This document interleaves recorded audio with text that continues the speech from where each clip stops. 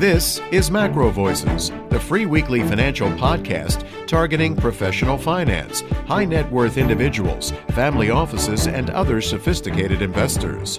MacroVoices is all about the brightest minds in the world of finance and macroeconomics telling it like it is, bullish or bearish, no holds barred. Now, here are your hosts, Eric Townsend and Patrick Ceresna.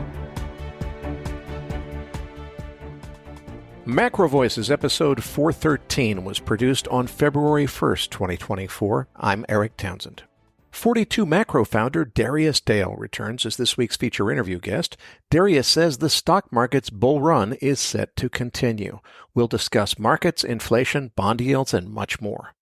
And I'm Patrick Ceresna with the Macro Scoreboard week over week as of the close of Wednesday, January 31st, 2024. The S&P 500 March futures were down 57 basis points, trading at 48.70. On the surface, it doesn't look like a big change week over week, but it is important to note there was an FOMC drop of 80 points yesterday. We'll take a closer look at that chart and the key technical levels to watch in the postgame segment. The US dollar index up 25 basis points, trading at 103.51. The March WTI crude oil contract up 101 basis points to 75.85. It was noteworthy that the breakout last week approached $79 before retracing the gains. We'll look at that chart in the postgame, and Eric will have the EIA inventory data. The March RBOB gasoline down 45 basis points, trading at 223. The April gold contract up 157 basis points, trading to 2,067. Copper up 26 basis points to 390. And uranium down 255 basis points, trading at 101.25.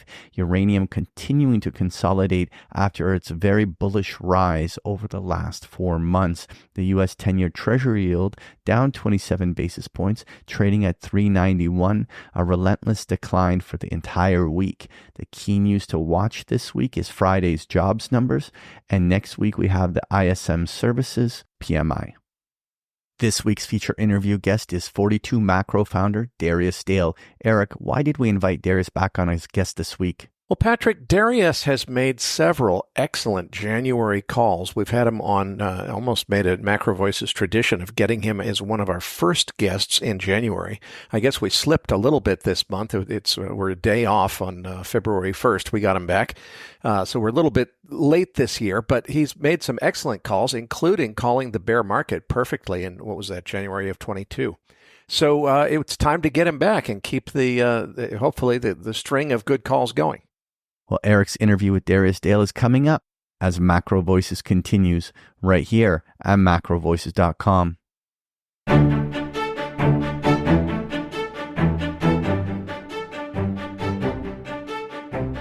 And now, with this week's special guest, here's your host, Eric Townsend. Joining me now is 42 Macro founder Darius Dale. Darius, as always, has prepared an extensive slide deck to accompany today's interview. Registered users will find the link to the slide deck in your Research Roundup email. If you don't have a Research Roundup email, just go to our homepage, MacroVoices.com, click the red button above Darius's photo that says looking for the downloads. Darius, it's great to get you back on the show. We've kind of made a tradition of doing January interviews for the last few years. You've had some really good calls at the beginning of the year. I guess we slipped it into the beginning of February this year, but give us the big picture. What should we expect this year? Last we had you on, you were still expecting a recession and maybe a lower low in the bear market. Needless to say, we're looking at new all-time highs. So how's the new market data line up with your expectations? Yeah, Eric, thanks again for having me back on the show, man. It's always a pleasure. So I just make one quick caveat to your intro there. The last I was on the show, we were calling for a blow off top in the equity market as a function of a potential a recession on the calendar. That has since Well, that's right. And you predicted that we would get new all-time highs first before the bear market would resume. I forgot that. So that is playing out if that's what you still think is happening. Yeah. So we've been generally bullish since January of 2023. Continue to be pretty bullish. There's a lot of economic information and critical macro and policy updates this week that could potentially change that. But barring any material change to that, it's very, I think it's potentially off to the races. So I'll give you a quick background on where we are from a quantitative standpoint in terms of how we think about the world. We use a system of quantitative tools here at 42 Macro to keep our clients on the right side of market risk. If we throw up slide 7 in this deck where we just show we are still currently in a Goldilocks market regime. And Goldilocks appears to have peaked, but certainly doesn't necessarily mean that it has to end anytime soon. With respect to the anytime soon portion of that, if you go to slide 10 in the deck where we show today's update of our macro weather model, which we update and refresh along with all of our quantitative risk management signals for our clients 6 times a week here at 42 Macro. The current constellation of signals there in the middle of the page per asset class sort of gives us I would say, middling probability of continuing in this risk on type condition over the next 3 months. And then when you layer that on with our fundamental research, which is what the broad, what most of the content in this presentation addresses, on slide 15, we summarize all that content. When you layer it on with our fundamental research, we believe this could be another really good year for investors. The probability of recession has diminished substantially, and the probability of a soft landing has risen substantially. I don't think I'm cracking any eggs when I say that, but I do think it's important for investors to understand why those probabilities have shifted, because ultimately that will allow investors to have some confidence and faith on the sustainability of a bull run, continuation of the bull run that we called for. Now, it sounds like you're mostly looking at sustained bull run, that scenario we talked about last time of that bull run ending and rolling over to a new bear market. Is that still on the table? I would say the probability of it rolling over into a new bear market has also diminished substantially. So, you can make the case that, we probably were right for the wrong reasons in calling for the blow off top the last time we were on the program last summer. But ultimately, we run a Bayesian research process and a Bayesian risk management process, and the evolution of those signals in terms of both those independent processes has pushed us into, the soft landing camp for now. I'll be very clear to investors. I think it's very important that investors avoid pigeonholing themselves into either the soft, no, or hard landing camps. It's our job as investors to make and save money in financial markets, period. So at the end of the day, we're riding with the hot hand, and the hot hand is soft landing. And if we can unpack why the hot hand may continue to be the soft landing with respect to the intermediate term. Darius, it sounds like there has been a change then in the sense that you said recession risk is coming down. You're expecting that this bull run could last. So it's a much more optimistic outlook than we had last time. What's changed in order to improve the outlook?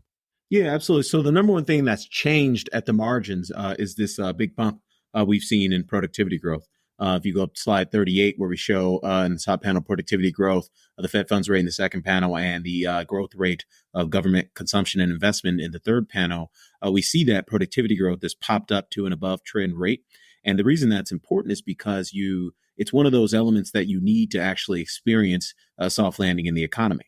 That's what the green dotted lines in that chart indicate. The red dotted lines indicate a hard landing. And so, as you can see, we've only had 2 of the last 9 tightening cycles since the Fed began using the Fed funds rate as the main policy tool have ended in soft landings. So what has to happen to actually have a soft landing? Well, you need to have above trend productivity growth coupled by above trend fiscal stimulus and a quick Fed pivot to rate cuts. And that's sort of what we're currently getting, that policy mix that we are currently getting now with respect to the Fed funds rate, or at least with price in the money markets and the current above trend fiscal spending coinciding with this sort of above trend level of productivity growth is creating a higher probability of a soft landing here in the U.S. economy. If you look at slide 39, where we show our corporate profitability model relative to the growth rate of NIPA corporate profits. Our corporate profitability model, for those who are unfamiliar, it's the growth rate of nominal gross domestic income minus the spread between unit labor cost and productivity growth. And as you can see, we are moving in the right direction with respect to that green shaded area curve, moving up in terms of corporate profitability. So that's taking pressure off of corporate margins in terms of reducing the need for them to fire workers or pass on price increases through the lens of trying to maintain margins. If you look at slide 40, where we show our corporate profitability model overlaid with NIPA corporate profit growth and S&P earnings on a max drawdown basis, we see that this recovery in our corporate profitability model, which has historically led big drawdowns in S&P earnings, this recovery that we're observing in our corporate profitability model suggests that we're not going to see a big drawdown in S&P earnings. Slide 41 suggests we're not going to see a big enough drawdown in NIP or corporate profits to expect the kind of mass hiring that you would typically need to see as an investor, typically need to see for the NBER to get excited about a recession. And so the key takeaway on all this is really on slide 42, where we show the spread in the blue line, the spread between the spread between wage growth and productivity growth. The red line shows headline CPI, and the black line shows core PCE. And as you can see, we're kind of back to a more middling level in terms of the blue line, which has historically been a leading indicator of these big sharp fluctuations in inflation. And it makes a lot of sense, right? If you're paying your workers, the growth rate of what you're paying them far exceeds their productivity, you typically need to push through price increases through the economy to protect margins. Well, the need for them to do that is obviously much lower now than where it was the last time we spoke. And so these critical economic developments have all occurred under the guise of, more immaculate disinflation with respect to the inflation data. If you just quickly go to slide 35, where we show core PPI overlaid with core CPI and core PCE. Core PPI is back to a more normal level, which suggests that the more lagging components of core CPI and core PCE are likely to trend lower. Slide 36 shows the immaculate disinflation that we continue to observe in the core PCE time series, in so much that the 3-month annualized rate is one below the target and lower than the 6-month annualized, which itself is lower than the year over year. So we know all those numbers are headed lower over the medium term. That's the same dynamic we're observing on slide 37 with super core CPI, which is core services ex housing. So just to kind of summarize all that, the probability of a soft landing has gone up. It's gone up in the context of continuing to observe immaculate disinflation in the time series. And so this is why the bond market, the money markets, have really been correct in pricing in an about-face pivot by the Fed, which are obviously, going back to that chart 38 we talked about, would support a soft landing expectation in the economy. So in our opinion, I think it's a lot of good news. Now we're going to get a lot of these data points this week, and so check back with us for that update in terms of our subscribers. But for now, things are pretty good. Okay, so it's basically a good news picture for investors. I know that your system is designed to break the economy down according to growth and inflation, and basically make asset allocation recommendations depending on which season we're in cyclically. What are your models telling you? Where should investors be allocating assets in this cycle?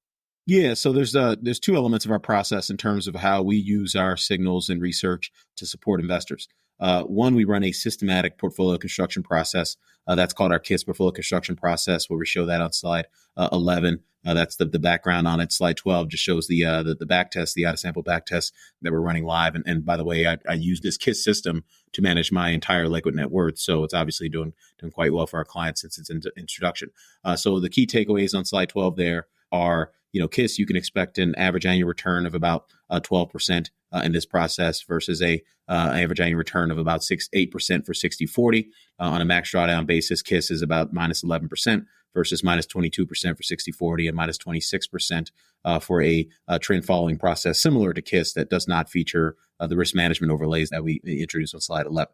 And so, right now, if you go to slide 13, where we show our current KISS portfolio construction, we're at 10% cash, 50% equities, 30% fixed income, and 10% Bitcoin. 83% of our max exposure in equities. We're at 100% of our max exposure in fixed income. We're 100% of our max exposure in Bitcoin, and only 10% of our max exposure in terms of cash. We do have some put premium on in terms of all 3 of those positions. And again, it's only ever 3 positions. So we do have some put premium on, expecting that we could potentially see some adverse outcomes and some of the important critical economic updates we're going to get this week, not the least of which is the QRA, which we can talk about. The Jones report we're going to get tomorrow. On Wednesday, we're going to get the employment cost index, and Thursday, unit labor cost productivity. So, and then obviously a jobs report on Friday. And by the way, we have 5 of the 7 magnificent 7 reporting this week as well. So there's a lot of information for investors to digest. And this is why we thought from a discretionary standpoint, adding some put premium for an investor portfolio, for a loan-only portfolio, made sense. But broadly speaking, we are generally bullish. And until one of our signals change, either the quantitative elements of our risk management process or the fundamental elements of our research process change in a material manner, I do believe that we're going to be rewarded for maintaining this bullish posture, which again, we've had since January of last year. In terms of how other investors use our research, so that, we built our KISS portfolio construction process really to satisfy the investment needs and objectives of retail investors and RIA type investors, investment advisor type investors. But we also have obviously clients all over global Wall Street across, various, different capacities. And we use our discretionary investment idea summary on slide 14 as a risk management overlay for those investors. So you can sort of see exactly what our systems and our models and fundamental research process is sort of recommending across the various sectors and asset classes. And the key takeaway is that it's broadly bullish. There's some obviously negative signals in there if you look at the Japanese yen or commodities, no position. But broadly speaking, this has been a good time to take risks. We've been right about that for quite a while, and it continues to be a good time to take risks, again, albeit with the caveat that we may get some data that changes that this week. Let's talk about where we are in the inflation cycle. A lot of the fear was that the Fed might be having to try to cut rates but still be fighting inflation up toward the election. Do we have a risk that inflation is going to rear its ugly head before the election, and is that going to put the Fed in a difficult position?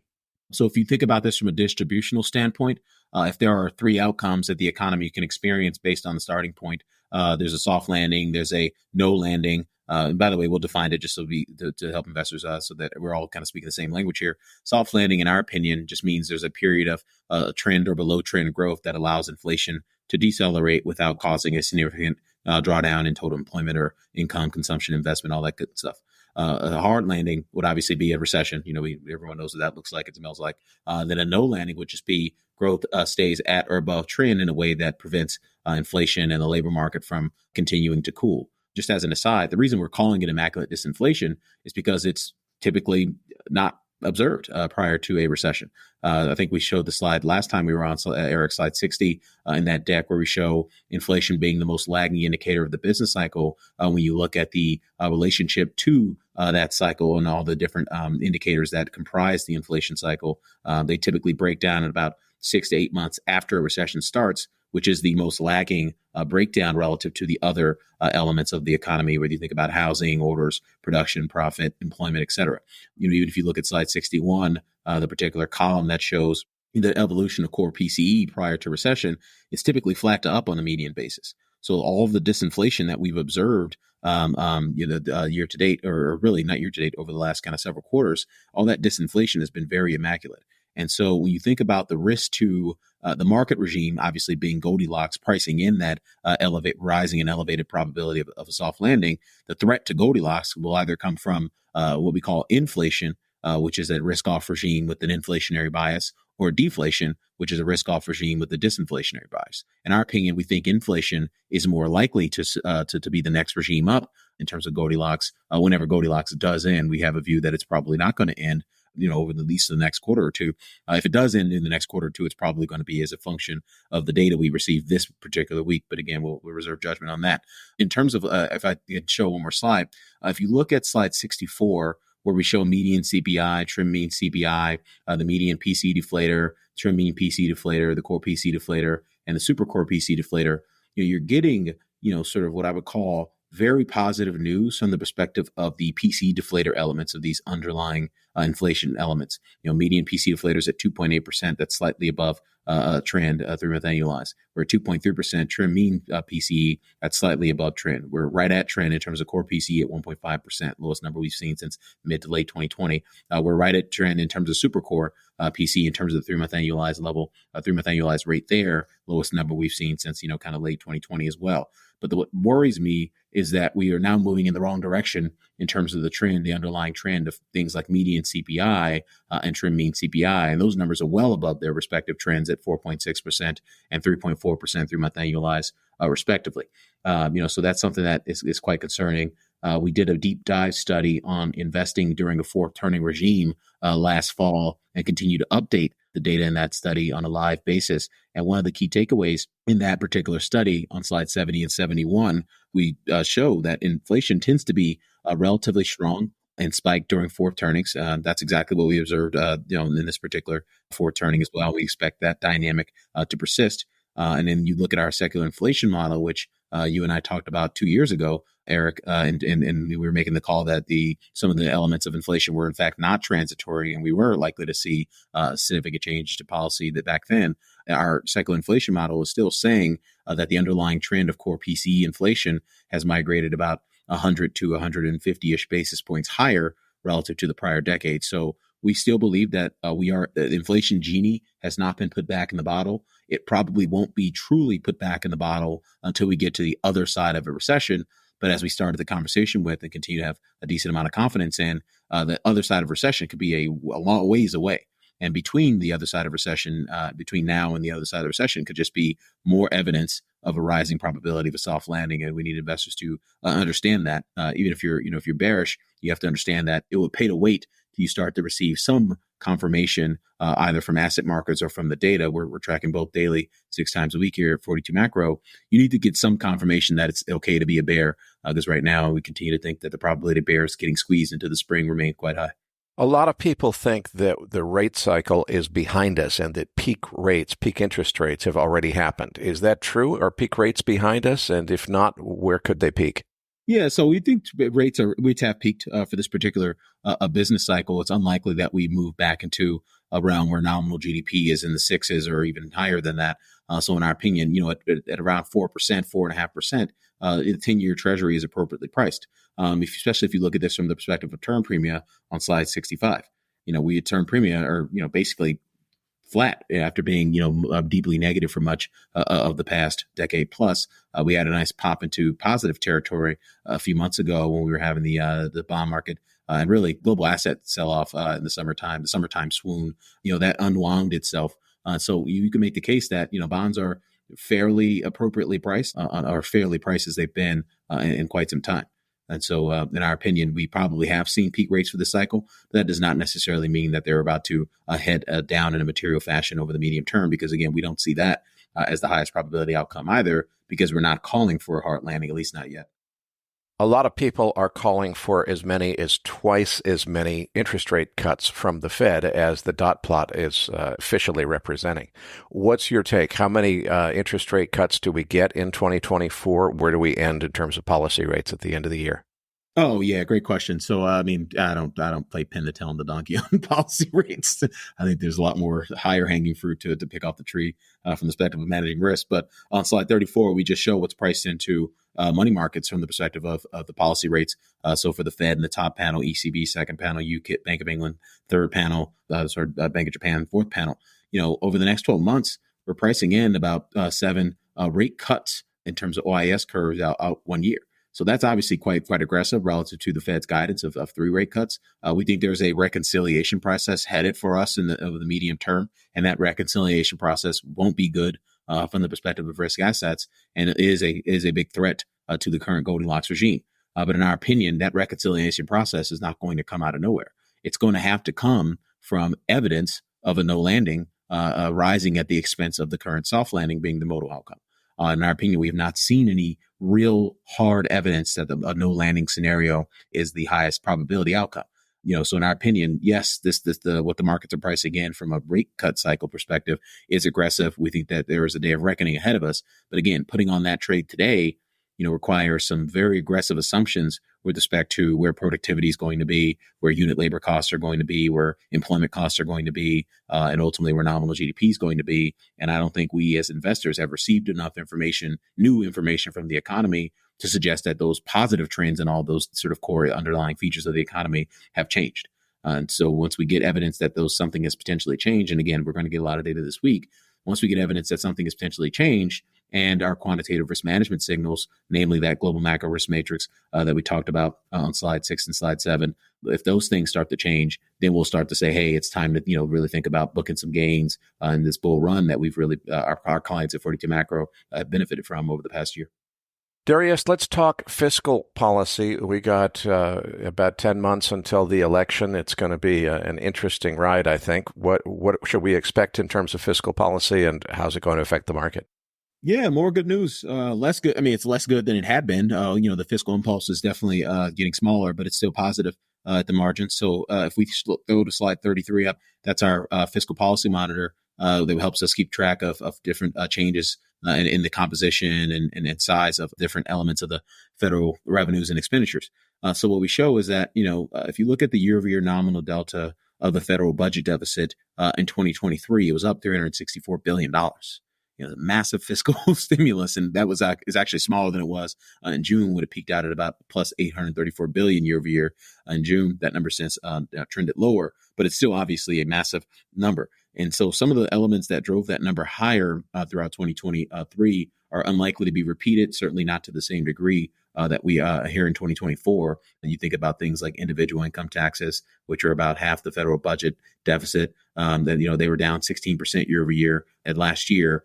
Thanks to California and parts of Hawaii being offline from a tax collection perspective. You had a cost of living increase adjustment of plus 8.7%. That inflated things like Medicare and Social Security, which are 14 and 22% of the federal expenditures respectively. Those things are growing plus 17%, plus 12% last year. They're not going to grow as fast as they were this year as they did last year. Yet net interest, which obviously the government is paying interest to the private sector, folks who own those bonds. And by the way, the private sector now is the dominant shareholder of marketable treasury securities at north of 50% now, up from about 36% in late 2021. We were growing net interest at about 41% year over year. Back-to-back years. And obviously net interest is being about 12% of the budget deficit is obviously one of these big factors that has contributed to, some of the resiliency in household incomes. We got the first part of the QRA today, this afternoon. If we look at slide 52, we haven't gotten the updated issuance composition yet. That's going to come at 8:30 on Wednesday this week. But we did get some insights in terms of how the Treasury is thinking about its immediate term borrowing path, and it continues to be very positive. And it's something that's very much in line with what our research has been signaling since late October in terms of the Treasury really supporting asset markets with its policy mix. So if you look at the Q1 2024 net marketing borrowing estimate of $760 billion, that's down $19 billion from the estimate in the October 2023 QRA. If you look at the marketable borrowing estimate for the second quarter of this year, that's all the way down at $202 billion. That's $558 billion delta on a quarter over quarter basis. So if you're bearish on liquidity dynamics in the economy, it's definitely not going to come from the Treasury, at least not over the very immediate term. If you look at slide 51, we show the elements of our net liquidity model, that balance sheet minus TGA minus RRP, the model that Morgan Stanley made very popular across global Wall Street. But that's neither here nor there. The elements of that model, we're talking about the TGA getting down to $750 billion and sticking there by the end of Q1, and sticking there for Q2. So there's obviously some dry powder from the perspective of both the RRP in terms of the Janet Yellen and her friends continuing to tap that as a source of excess demand for T-bills relative to coupons. And there's obviously about $70-ish billion or $80 billion thereabouts of excess TGA that needs to be spent down into the end of Q1 or Q2. And oh, by the way, they're likely to announce something on the order of the Treasury buyback. We're going to get information about that this year and when they're going to start that program, as well as they're talking. Lori Logan, Dallas Fed President Lori Logan, floated the idea of tapering the Fed's so-called quantitative tightening program. Now, the Fed isn't doing quantitative tightening. You and I both know that. They're doing balance sheet roll-off because they're not selling bonds into the market, but that's neither here nor there. What really matters is to asset markets are these dynamics getting better or worse at the margins? And at the margins, they continue to get better from the perspective of U.S. And global liquidity. And final slide, I'll just final thing I'll say on global liquidity. The impulse is appreciably positive for the second consecutive month. We show that on slide 48. Our global liquidity proxy, which is the global central bank balance sheet, global broad money supply, and global FX reserves minus gold. That number is appreciably positive over the next couple of months. And if you look at slide 49, complicated chart, we don't have time to explain here now, but the key takeaway is that we should expect the elements of global liquidity that are being driven by private sector, private market participants, those elements are likely to continue trending higher over the medium term, absent some material change in this discussion around immaculate disinflation, absent a material change in the discussion around a rising probability of a soft landing in the U.S., and absent any material change in some of the green shoots that we're observing globally from the perspective of global economies, which we can touch on now. Darius, let's move on to China. But before we even get into the Chinese data, I want to start at a really high level, which is tell me how I should be thinking about China. Back, earlier in my life, the best way for an American to think about China was as a vendor. That was the role of China in the global economy, was to build stuff and sell it to us through Walmart. What should we be thinking? Is China a competitor? Is China a rival? Is China still a vendor? Who is China to the West? And how should we be thinking about them and their role in the marketplace? So China is increasingly a rival to the West. It's broadly uninvestable from the perspective of long-term capital allocators. We kind of, reiterate that view. We authored that view going back to February of last year when we were telling investors to sell China and liquidate their China and related holdings. And that was obviously a great call, and then calling for, U.S. exceptionalism. That's exactly what we have seen and continue to see globally. So, but with respect to China from a cyclical standpoint, we do believe that China is viable for a trade. Now, I don't ever feel comfortable telling anyone with their own money or their clients' money to go buy a share of a Chinese company because you're not really buying what you think you're buying. But I do believe that China proxies, particularly in the commodity space, certainly have upside risk over the medium term. So we'll kind of just walk you through our thesis on that. So on slide 131, where we show total loans of financial institutions in China and the year-over-year growth rate of fiscal expenditures in China. We just use these as proxy for Chinese catch-all proxies for Chinese policy. Most credit allocation in China is administrative in terms of the targets that the PBOC sets for various sectors of the economy, and then obviously the fiscal expenditures coming directly from the government itself. What we see is that credit growth and the fiscal expenditures growth tends to peak in Q1 on a calendar basis in China. So that typically means that Beijing typically front loads policy support. And so that's exactly what we're seeing. If you look at slide 32, this is the third consecutive month. The China liquidity impulse has been appreciabtively positive. Hasn't really done anything for the Chinese economy, but it's certainly supporting global asset markets vis-a-vis global liquidity. And again, just for those investors who are unfamiliar with our work on liquidity, China liquidity proxy is just the PBOC's balance sheet plus broad money supply in China plus China's FX reserves minus gold. If you look at slide 133, the PBOC continues to flex its balance sheet to push both broad and targeted stimulus into the real economy. So we're just showing all the various tools and levers that the PBOC uses to enact Chinese monetary policy vis-a-vis repo rates, medium-term facility rates, the loan prime rates, the reserve requirement ratio, which they cut last week, effective next week, about $139 billion of incremental fresh liquidity being pumped into the Chinese economy, Chinese financial sector. And then on the bottom panel, we show our China liquidity proxy, PBOC balance sheet, PBOC FX reserves on the PBOC's balance sheet. So the key takeaway here is that a lot of those black lines in these charts, whether it be all the lending facilities that the Chinese, the PBOC has implemented at about $2.6 trillion, numbers going straight up. If you look at the supplemental lending, it's right around $500 billion thus far. That number's going straight up. You look at reserve requirement. So that number is going to come down in terms of the cut to the reserve requirement ratio. And you just, in aggregate, the Chinese PBOC's balance sheet continues to cry. It's at about $6.4 trillion. So, the PBOC continues to push liquidity into the Chinese economy. If you look at slide 134, a lot of investors are concerned that it might have an inflationary impact. And I would suspect that, just more headlines around this information and also the fact that, a lot of this liquidity is likely to wind itself up across borders from a fungibility perspective. You're going to see, it's very likely we see medium-term appreciation in commodity markets, but probably not the kind of big boom blockbuster appreciation that will get investors very nervous about inflation. And the reason I say that is because we're likely to see offsetting renminbi depreciation as a function of that. This chart here on slide 134 shows the PBOC's balance sheet, foreign exchange reserves. The red line shows the PBOC's balance sheet total assets. And you can see the foreign exchange reserves are at about 48% of the PBOC's balance sheet, down from about a peak of 83% in March of 2014. Once the renminbi really started to break out on a real effective exchange rate basis, you really started to see capital outflows and persistent capital outflows in the Chinese economy, because ultimately what's happening here, China Inc. is not generating enough of those current account flows to inflate the money supply in China like it used to. So a lot of the money supply inflation that we've seen in China since 2014 over the past decade or so has really just come by the PBOC flexing its muscles, and flexing its muscles is obviously disinflationary. And so if we continue to see depreciation, that's obviously a disinflationary force for the global economy and positive for risk.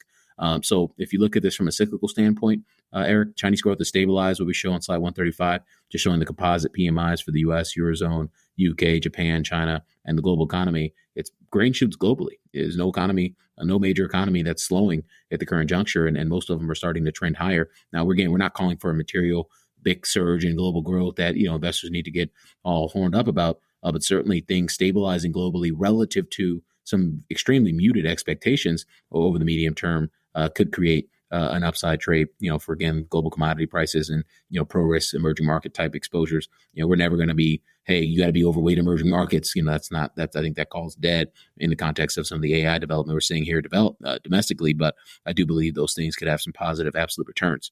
Slide 136, the evolution of consensus estimates for Chinese growth. Those numbers are quite low relative to the official target. So you could see some upside momentum develop in those numbers over the coming months. Again, we're not calling for a big raging boom bull market in China. We're not even calling for Chinese growth to really materially inflect higher. We're just saying that they're going to front load policy support, and investors need to be aware that they're front loading policy support. So they expect liquidity to trend higher globally as a function of Chinese liquidity, and expect more positive headlines, at least over the medium term. Now, broadening this out, Eric, I mentioned that China was extremely uninvestable from the perspective of a long-term capital allocator, and there's a few reasons why. Slide 137, we just show China's poor demographics, just showing the 5-year forward old age dependency ratio relative to the working age population ratio, that 5-year forward CAGR. China's just in no man's land from the perspective of its demographics relative to other emerging market economies. China is among the worst credit cycle dynamics of any major economy. On slide 138, where we show the 5-year Z-score, the non-financial sector credit to GDP ratio, and the non-financial sector debt service ratio. Both those numbers are way too high to expect, a significant rebound in the Chinese economy or sustained rebound in the Chinese economy. If you look at slide 139, where we unpack the debt, the credit to GDP ratio on a time series basis, China's got a world beating private sector debt burden, and that's going to be a problem for Chinese economic growth for a long time. In the context of slide 140, where we show China's debt service ratio. China's debt service ratio at about 21% means 1 out of every $5 renminbi of gross domestic income growth is going to service debt. So this is what we mean by the liquidity trap that we called for in China. China is pushing on a string from a policy perspective, and we can see hard evidence of that on slide 141. If you look at the China credit impulse, that's the black line in this chart here. You go back and look at the previous cycles. China credit impulse typically rises very sharply in response to countercyclical monetary and fiscal policy in China, but we have not seen that in this particular cycle. And in our opinion, the reason we have not seen that is because of this liquidity trap dynamic that we called for back in February 2023. And is obviously was the right call in terms of getting investors out of long China into potentially short China and short related assets. So, I think it's a complicated question, Eric. Certainly I do believe that China could create a tailwind for asset markets over the medium term, but from the perspective of Chinese assets, it's going to take a lot more structural reforms, which we believe that are unlikely to be implemented over the near term to get investors truly excited about that particular risk. Darius, you just did a deep dive on China's balance sheet dynamics. Do you have the same data for the U.S.? Can we do the same deep dive on U.S. balance sheet dynamics?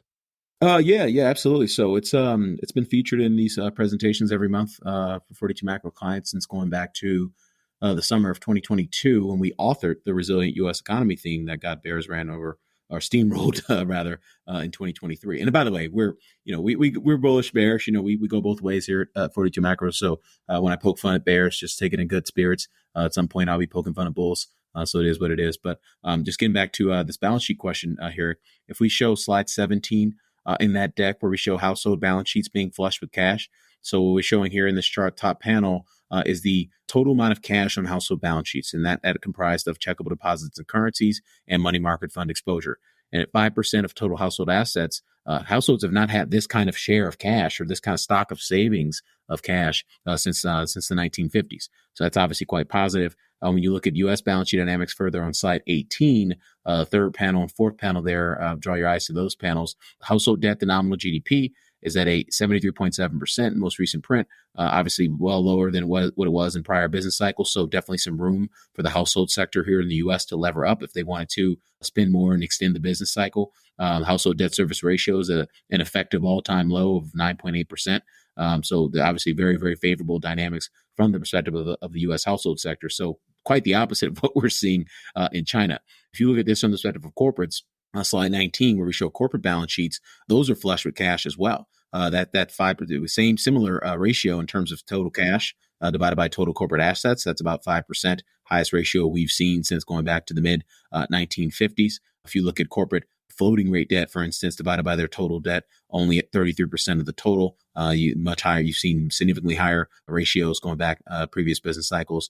And then lastly, on slide 20, where we show corporate debt, the nominal GDP, that ratio in the third panel and the corporate debt service ratio in the fourth panel, at 76.5% and 41.5% respectively, we're not at levels that would get you really concerned about the sustainability of the U.S. business cycle and really the long-term outlook for, generating profits and generating economic output, generating productivity here in the U.S. economy, which is why, in our opinion, the U.S. exceptionalism story is not dead. Everyone wants to get you to go buy small caps, and everyone wants to get you to go buy your favorite cousin's emerging market economy because everyone's trying to play catch up from not listening to 42 Macro in 2023. But the reality is a lot of the things that have created the U.S. outperformance are very much stable and likely to persist from a balance sheet perspective. And so that's why we started all of our presentations since the summer of 2022 with these balance sheet dynamics to help investors understand the resiliency of the economy. So I think if investors aren't doing this kind of deep dive analysis on the economy on 6 days a week, I highly recommend they partner with somebody that is, because again, understanding this information is the difference between getting steamrolled for a year and actually making a ton of money. And obviously our job is to help our clients at 42 Macro make a ton of money.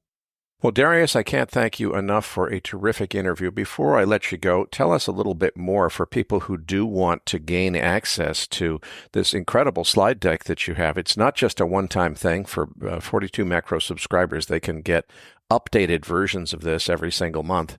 And you also do regular newsletters and other publications along with us. Tell us about the suite of offerings that are available at 42 Macro.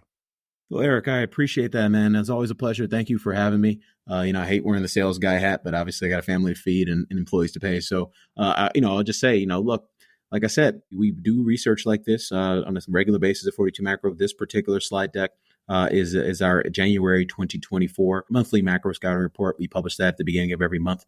We also, at the end of every week on Saturday, we publish a weekly webcast called the Around the Horn. That's a much more condensed, short version of this with respect to and really focused on what investors should be doing from a risk management standpoint in asset markets. And then daily, we write about each of these dynamics in our leadoff morning note. That's chock full of slides as well. So, you think about our leadoff morning note as like a daily version of connecting the dots between each monthly macro scouting report. And every weekend, we update investors with respect to Around the Horn. So come check us out, 42 Macro. Highly recommend it. One of the best investments you make from the perspective of managing risk and also from the perspective of learning more about how these critical economic dynamics work. Because if you don't do macro will do you. I think investors have learned that lesson the hard way the last few years. Patrick Ceresna, Nick Galarnik, and I will be back as Macro Voices continues right here at MacroVoices.com.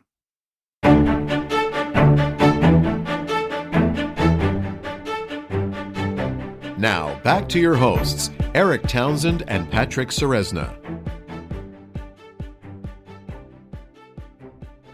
Eric, it was great to have Darius back on the show. Now, joining us again in the post-game segment is Nick Galarnik. Now, let's get to that chart deck. Listeners, you're going to find the download link for the post-game chart deck in your Research Roundup email. If you don't have a Research Roundup email, that means you have not yet registered at MacroVoices.com. Just go to our homepage, MacroVoices.com, and click on the red button over Darius's picture saying looking for the downloads. Now, Eric, let's cover crude oil starting with the EIA inventory.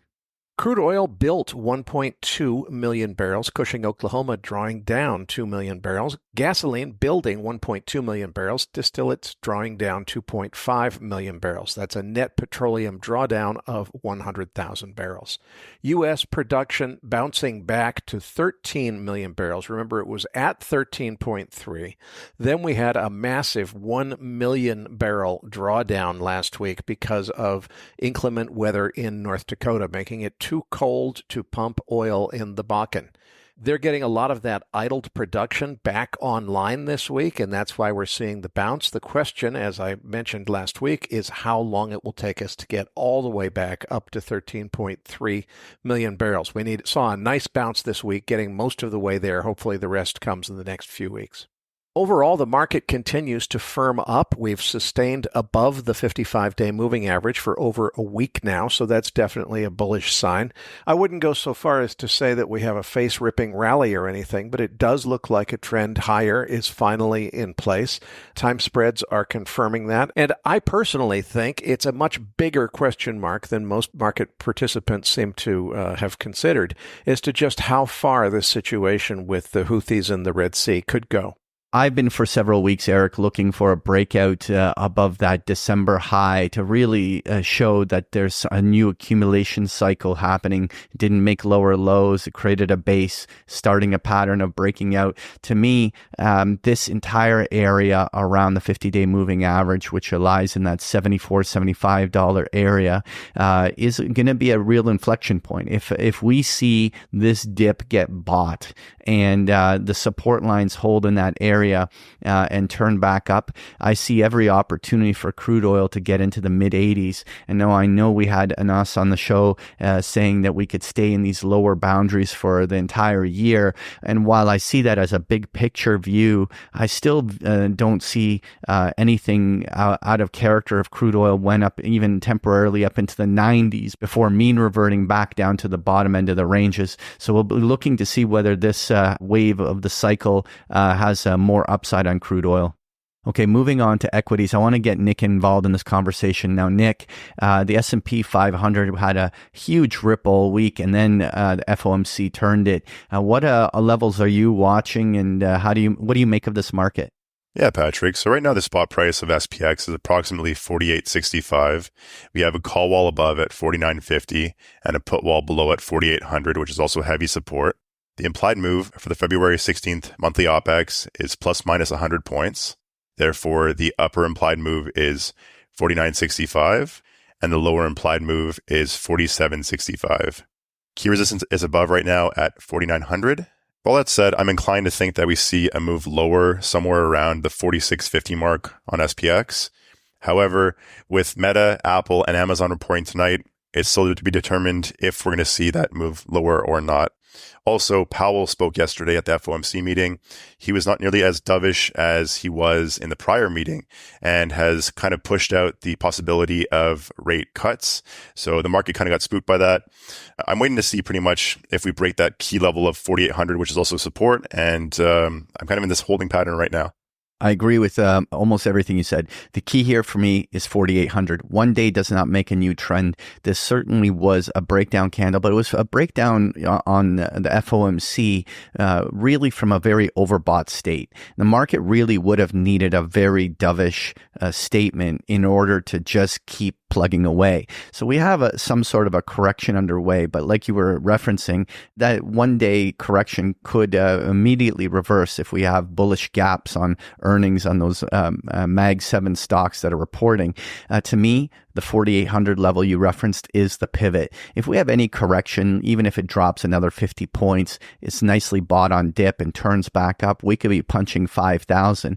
To me, when we break below 4,800, that signifies that there's a short-term top put in, but then there's some sort of bigger, more prolonged correction, usually the ones that last a month or more and usually are of the 5+% variety, might get underway. And that doesn't necessarily mean that the big kahuna is here and that there's some big recessionary bear market drop about to happen. Often we need to see topping formations, and we could spend months just sorting out things along these highs. The primary trend is still bullish, and Darius Dale was referencing that this momentum still continue, but the rally getting checked here and us going through some sort of a correction, maybe as deep as that 4,600 level you were referencing, is 100% on the table. Moving on, Nick, I wanted to get your levels on the Nasdaq. So right now, the Qs have a spot price of approximately 420. There's a call wall above at 430, also all-time highs, and a put wall right where we are right now at 420. The implied move for the February 16th monthly OPEX is plus minus 12 points. Therefore, the upper implied move is 432, which would be new all-time highs, and the lower implied move is 408. Right now, key resistance is above at 430, all-time highs, and key support is below at 410, which are previous all-time highs. Again, I'm inclined to think that we see a pullback in broad markets, but again, that's contingent upon Meta, Apple, and Amazon reporting tonight. We'll see how they do and go from there. the big thing for me is whether or not we finally see some sort of sector rotation. If those Mag 7s in any way disappoint and start moving down, it doesn't need to drive a liquidity event, but it may finally end this cycle where the Mag 7 were the true generals and leadership, and maybe we might see some of the beaten down sectors, particularly yield sensitive areas, start getting some of that rotation. And I think before I jump to the conclusion that that's underway, I think we just need to see what happens on these earnings. But if we really do see those Mag 7s turn, that's definitely a thesis that I want to kind of see whether it starts to develop. Anyway, moving on to the volatility index, Nick, the VIX remains actually quite low. I mean, it was not exactly a crazy day yesterday. I mean, it was a correction, but it certainly didn't drive these spikes up into the high teens on the volatility index that one would have thought would start to accompany it when market participants are getting nervous. We're still in a very low vol range. And to me, I can't help but to think that being a long vol here going into February is a reasonable way to be positioned. Particularly, I was going to highlight, while I don't have the chart here on the longer term, we still have like 3-month and 6-month volatility premiums still in the mid to high teens, and 1-year volatility that is overlapping the elections is still in the teens as well. And so overall, the entire vol structure is very low. And I just think that the market has so much room to be more volatile than the current conditions are suggesting. What's your take on the VIX here then? Yeah, so with the VIX right now at around a level of 14, that denotes approximately 0.8% movements top to bottom intraday on SPX. Volatility has been very subdued, primarily because of these buy right and covered call selling ETFs, which are selling premium in both directions as we move around. So right now, with that key level at 4,800 on SPX, that's the key gamma flip area. If we get below that somehow today or tomorrow, perhaps, we could see a wave of selling that surprises a lot of market participants and pushes us to the downside in a very rapid fashion. I don't really expect that to happen. But again, these are the kind of events that happen out of left field that no one really expects and no one's really prepared for. I do agree that 3 and 6 month volatility is very, very cheap. And the market's essentially pricing out any exogenous risk events that will likely transpire at some point in time. Again, what those will be remains to be seen. But moving on to page 7, we have the US dollar index. What are your thoughts here? Well, we're consolidating and hovering just over 103. It's very curious to my mind as to what's driving this tape action. The reaction to Jay Powell saying effectively that a March rate cut was not something that anyone should expect or not to plan on it. Really, that was a fairly muted reaction in the dollar compared to what I was expecting from a statement of that magnitude. So I don't know what's holding us up at 103 spot something, why we haven't come down from this level, what's holding us above 103, and why it didn't move higher above that level on Jay Powell's comments today. So I'm a little bit baffled by this tape action in the dollar. Eric, this level on the dollar index continues to be incredibly important to me. Not only have we fully retraced that December Powell pivot, but we are consolidating in this range. We obviously have an ECB that has now also given dovish indications. And I think that in order for the dollar to be weak and head back down to the 100 level, I think it's a competition between which central bank is going to be more dovish over the next coming period. If we see any of the data cracking in the economic numbers being released in the weeks and months to come, that could arguably spur a dollar reaction. To me, breakout above this 104 to 104.5 while sustaining above the 50-day moving average would actually feed the risk off cycle and drive some further corrections. So we're at a pretty critical pivot, and we'll see whether this 104 acts as resistance as we move forward. Now on page 8, Eric, you've created this long-term chart on gold. I'm very interested to hear your thoughts on this. I've rolled my chart over to the April delivery contract on my continuous futures chart, and the contract roll alone accounted for a $20 bump higher in price this week. But the market was firming up even before the effects of the contract roll.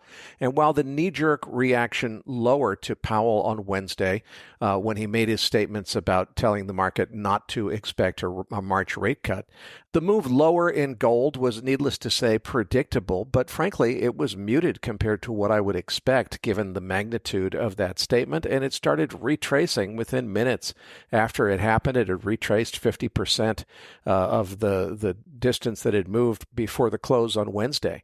So it seems like the market is not going to freak out as much as I would have thought about no rate cut from the Fed in March. We'll see how this happens. If the rate cut really doesn't happen, how gold does at that point. Moving out to the longer-term perspective on gold, I've included a weekly gold chart in this week's slide deck to give our listeners a better sense of the big picture move that we've all been waiting for in this gold market. So the green line shows the level of the 2011 top at $1,922, that blow-off top that we had back in 2011. That's where the cup formation in this cup and handle pattern begins in the summer of 2011.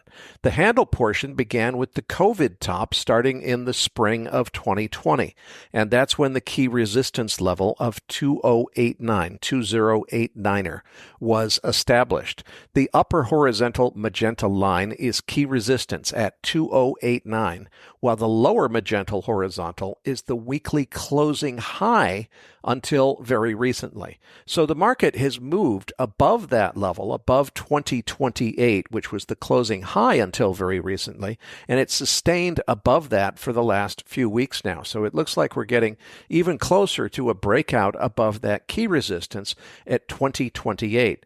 If we look at the overall target for this cup and handle formation, I get 2724. That's $2,724 is the upside target, which is measured basically as the size of the cup vertically added to the top magenta line. And you multiply that by 61%, which is the efficiency ratio of this particular measurement, and you end up getting 2724 as an upside target for gold. The signal that would indicate that that is on the table would be a sustained move if we got above the level of 2089 and stayed there for at least a week or two on the continuous futures chart. So we're getting closer and closer to it. If we get that, don't be surprised if you see a lot of volatility in the gold market, because it would be a buy signal to suggest an upside target of 2724. Now, Eric, I continue to be big picture bullish gold. And so your chart, I totally get your levels and what you're looking at. My biggest question mark is whether or not gold is ready to go here in the first quarter of the year. Once we're in an easing cycle on the back end of the year going into 2025, it's very easy to build the gold thesis. But really trying to figure out when is the actual starting point of a legitimate breakout that gets us beating all of the highs we put in over the last several months is really the key thing to try to sort out. To me, I still think that the first quarter can be a lot more volatile and a lot more likely to have fake outs. And so I'm not trusting any initial breakout. On page 9, you can see we're still trading above the 50-day moving average. And it does still generally look bullish, but I'm a little bit more short-term neutral and think that we could have a fake out and even a temporary trip below 2,000 that would only end up being a buy on dip opportunity. In the end, I wanted to just touch on two more charts here. Now, Eric, what are your thoughts here on uranium? I continued to buy the dips on uranium mining shares this week, and I think the bull market in uranium has only just begun. Of course, nothing ever goes in a straight line, and we've already had a great run here, but I am still max bullish on this market. Yeah, to me, this has been a buy on dip. Because when a market has this kind of momentum, rarely does a V-top.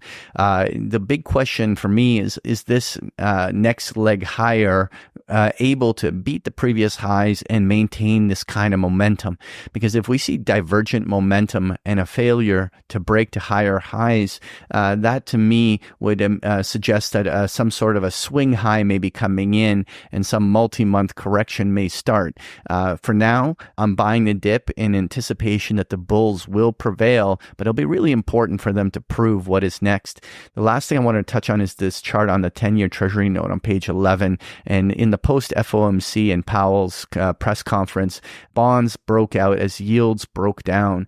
And it really does look like this is a bullish continuation pattern. Staying above its 50-day was a classic flagging formation, zigzag pattern. And you have a scenario where if this breaks out, we might be heading back to the levels where we traded in the second quarter of last year, which is levels up around the 116 level on the note. So it will be interesting to see whether this breakout sticks, but I certainly think that on the short term, bullish bonds looks like it's working. Folks, if you enjoy Patrick's chart decks, you can get them every single day of the week with a free trial of Big Picture Trading. The details are on the last pages of the slide deck, or just go to bigpicturetrading.com. Patrick, tell them what they can expect to find in this week's Research Roundup. Well, in this week's Research Roundup, you're going to find the transcript for today's interview, as well as the slides that Darius Dale provided in the chart book we just discussed here in the postgame, including a number of links to articles that we found interesting. So you're going to find this and so much more in this week's Research Roundup. Well, that does it for this week's episode. We appreciate all the feedback and support we get from our listeners and are always looking for suggestions on how we can make this program even better. For those of our listeners that write or blog about the markets and would like to share that content with our listeners, send us an email at researchroundup@macrovoices.com and we will consider it for our weekly distributions. If you have not already, follow our main Twitter account @MacroVoices for all the most recent updates and releases. You can also follow Eric on Twitter @Eric S. Townsend, that is Eric spelled with a K, and follow Patrick @Patrick Ceresna. On behalf of Eric Townsend, Patrick Ceresna, and myself, thanks for listening, and see you all next week.